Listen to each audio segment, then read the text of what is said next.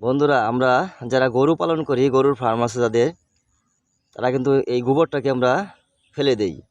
অনেকে গোবরটাকে ফেলে দেই বড় পুকুর, তারপরে আপনার বড় ডুবা নালাতে লাইন দিয়ে দেই, গরুর গোবর ওইখানে চলে যায়।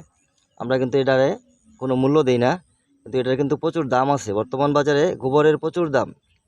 গরু পালন করলে এখন বর্তমানে প্রচুর লাভ। আপনারা একটা গাভী পালন করবেন, গাভী থেকে দুধ পাবেন, বাচ্চা দিবে সে, একটা বাচ্চা পাবেন, বছর একটি করে বাচ্চা পাবেন।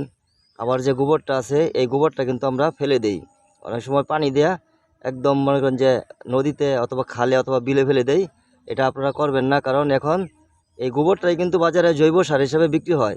আপনারা দেখবেন প্যাকেটজাত করে গোবর বিক্রি করতেছে, ওটা কিন্তু গোবর, পুরান গোবর প্রসেস করে, হালকা একটা প্রসেস করে এটা পুরান গোবর, এটা বাজারে বিক্রি করা হয়।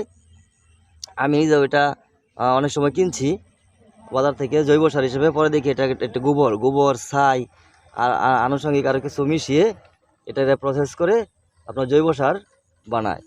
আপনার জৈব সার বলতে এটা গোবর, গোবর দিলেই পুরাতন গোবর, একটা গোবর যদি আপনি 2 বছর রেখে দেন একটা জায়গায়, মানে একটা টিভি দা টাল দেয়া যদি 2 বছর রেখে দেন, ওইটা আপনার পচে পুরাতন হয়ে ওঠে জৈব সার।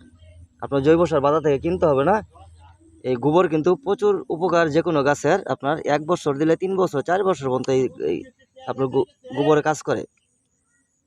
আরেকটা জিনিস দেখেন, এই যে গোবর কিন্তু বিক্রি করা যায় কীভাবে, এথেন প্রসেস করে। এই যে এটা বলে আমাদের এলাকায় গ্রামে এটা মুটটা বলা হয়, এদিকে মানে মুটটা মুটটা হাত দেয়া এটা বানায়, এই জন্য হয়তো এই যে এইভাবে এইভাবে এইভাবে বানায়, এই জন্য বলে মুটটা, আমাদের এলাকায় মুটটা বলে। কিন্তু এটাও কিন্তু বিক্রি হয়, ভিতরে একটা কাঠি দিয়ে, এই যে দেখেন সোলার কাঠি অথবা বাঁশের কাঠি দিয়ে, এটা কিন্তু আপনার এভাবে রোদ্রে দিয়া দেয়, তারপর শুকায় শক্ত হয়ে যায়।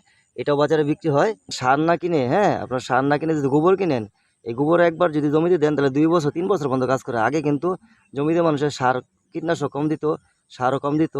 এখন কিন্তু এই মানুষে গোবর দেয় না। গোবর না দেওয়ার কারণে কিন্তু ধান রোগবালাই বেশি হয় এবং জমিতে উর্বর থাকে না, এবং জমিতে আপনার ধানও কম হয়। আর যদি গোবর দেন জমিতে কিন্তু প্রচুর ধান হবে।